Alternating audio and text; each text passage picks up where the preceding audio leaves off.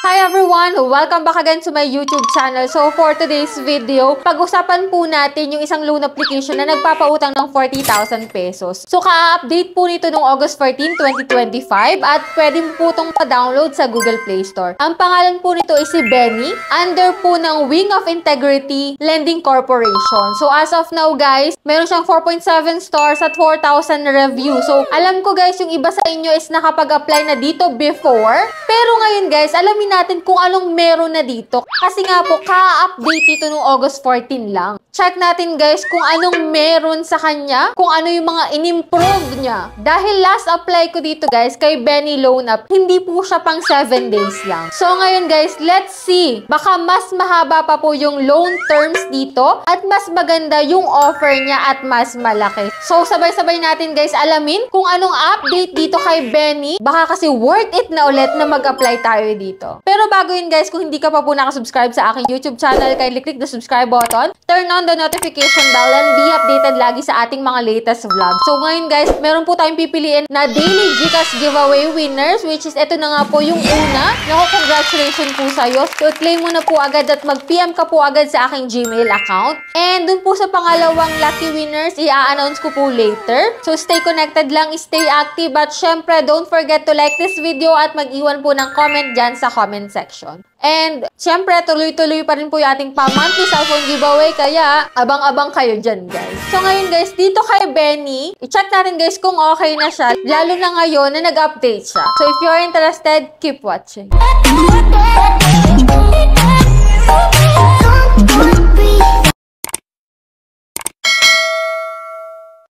So, disclaimer na guys, hindi po tayo agent or promoter ni Benny. So, ngayon guys, i-update ko kayo. Muli ko siyang a-applyan para at least may pakita ko sa inyo kung okay na ba siyang utangan, magkano yung pwede niyang ipaloan sa atin, magkano yung pwede nating ma-receive, at syempre, yung loan terms kung gaano kahaba. Napansin ko guys si Benny kasi nagbago po siya ng logo. So, kung before ganito po yung logo niya, so ngayon guys, ganito na. Kaya akala ko bagong loan application. Pero, eto nga, updated nga po siya noong August 14, 2025. At ito po yung mga nakalagay sa ads niya. All-in-one loan app, fast, safe, reliable. At multiple loan types, your loan, your choice. So, 10,000 to 20,000 po yung nakalagay dito. Meron ding 5,000 to 15,000 o kaya naman ay 10,000 po, no? So, apply anytime, anywhere, super easy and online. So, fast approve daw dito kay Benny. So, you can borrow up to 40,000. Your info is safe. No collateral needed. No income certificate required. No payslip na din po dito. Basta may one valid ID ka. As easy registered and trusted lending partners. So, yan. Get the full amount, no extra fee. So, buo mo daw pong matatanggap yung maluloan mo dito kay Benny. Wala daw pong extra fee. So, check natin guys kung legit yung mga yan. At ito nga, in-install ko na po si Benny. And dito guys, click natin yung agree. And 12,000 po yung pinakang instant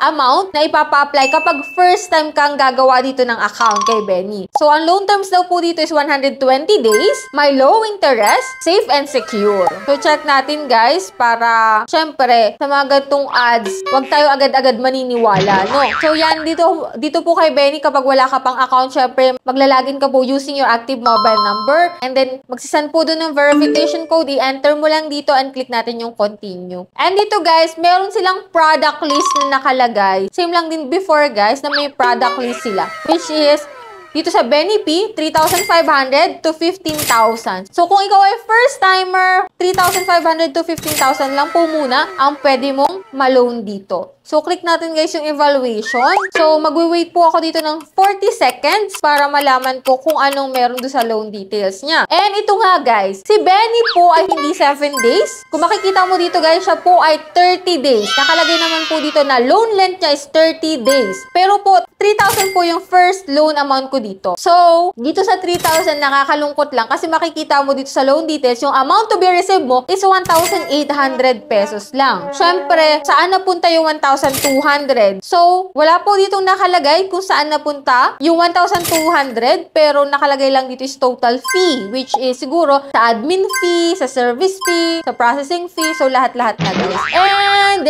kung mapapansin mo dito, loan length niya is 30 days guys. Pero, dito sa repayment period niya, meron silang 3 installment due, which is sa first due mo, 10 days po yun.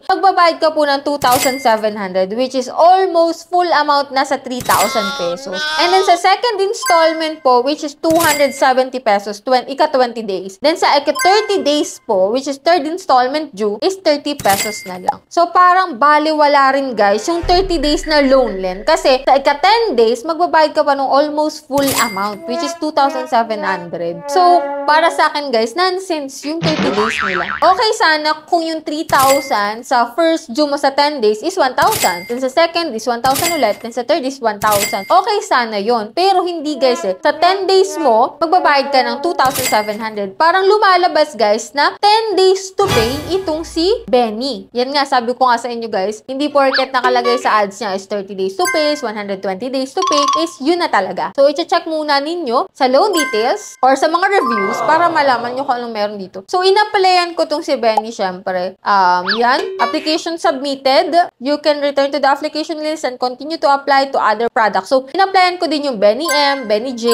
So, in-applyan ko po lahat. Pero ang lumabas po dito is insufficient balance. Kung makikita mo dyan, no? So, yan. Pending pa po yung ating application. And ito po yung summarize po ng loan details niya. Kung makikita mo talaga, 3,000 yung pinakang offer niya. And then, 1,800 na lang yung ma-receive. No? And yan, after ng ilang minutes po, ayan, refuse po yung ating application. Pwede po tayong mag-apply after 2 days. Then, yan, check natin kung mag-re-apply pa rin ba tayo dito kay Benny. So, yan guys, yung meron dito kay Benny. Parang wala naman ako nakikita guys na pagbabago. So, same pa rin siya guys ng before na pag-apply ko sa old Benny. So, kayo ba? May nakikita ba kayong pagbabago dyan dito kay Benny? So, sa tingin ko guys, wala po. Kasi, almost same lang naman. Okay, sana guys, kung 30 days to pay talaga siya at installment, pero lumalabas po dito na 10 days to pay lang po itong si Benny. Kaya, wag kayo basta-basta mag-a-apply sa isang loan application hanggat hindi nyo po alam kung anong meron sa application. Kung magkano pwede mong matanggap, kung hanggang kailan mo siya pwedeng bayaran. Kasi, pwede po silang mag-lead dun sa misinformation dun sa kanilang mga ads. Kaya, much better na manood ng review, magbasa ng review bago kayo mag-apply sa mga loan application na to.